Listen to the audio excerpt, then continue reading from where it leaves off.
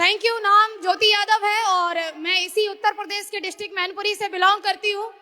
यह बिजनेस मैंने भी शुरुआत किया है स्टूडेंट रहते हुए, पढ़ाई करते हुए। गांव में रहती थी। जब मुझे इस बिजनेस की जानकारी मिली तो गांव में रह करके ही मैंने निर्णय ले लिया कि मैं काम करूंगी, मैं बिजनेस करूंगी।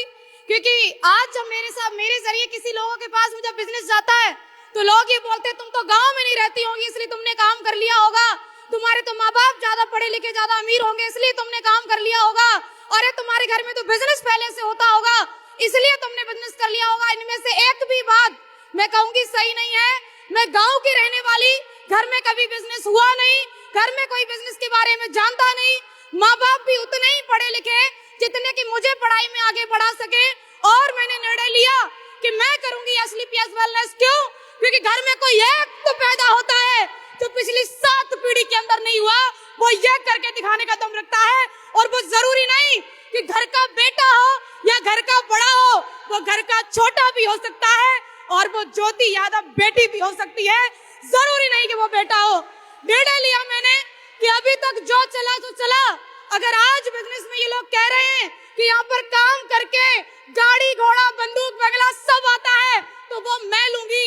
निर्णय लिया मैंने इस बात के लिए कि अगर ये लोग कह रहे हैं कि आयुर्वेद इतना पावरफुल है कि लोगों की बीमारियों को जड़ से खत्म करता है तो मैं लूंगी मेरी मम्मी का इलाज और मेरी मम्मी को मैं ठीक करूंगी। और धन्यवाद एसलीपीएस वेलनेस का भी, धन्यवाद रिजल्ट ओरिएंटेड प्रोडक्ट का भी, क्योंकि आज अगर मेरी माताजी ठीक है तो मैं यहाँ पर खड़े होकर कह पा रही हूँ। हुई 1 से लेकर के 10वां रैंक प्राप्त कर चुकी हूँ। ब्रॉन्ज से लेकर के डायमंड बनते बनते 2500 की इनकम को 17,40,000 में कन्वर्ट कर चुकी हूँ। This is power of SLPS wellness. कोई कंसेप्ट नहीं इसके अलावा। पैदल से आई थी मैं, जब पैदल जाके लोगों को समझाती थी कि ज्वाइन कर लो, बिजनेस इतना अच्छा है कि घर में गाड़ी आएगी तो बोले पहले अपनी ले आओ।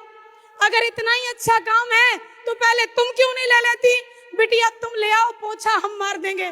कम वक्त कहीं दिखाई नहीं देते आज दिन तक। पिछले 2.5 साल से मैं पहले 2.5 साल पहले कार परचेज करी, मेरी बिजनेस कार 14 लाख रुपए की किया सोनेट। मैं ढूंढी कि कहीं तो मिल जाए, पोछा नहीं मरवा लिया तो हीर की औलाद नहीं, पोछा तो मरवा लूंगी, नहीं मिले वो। और 14 लाख की कार के पीछे बोलते थे अरे ये ले आई हो, कौन सी बड़ी बात है। तो रिकॉर्ड भी हमने बनाया और रिकॉर्ड भी हमने तोड़ा।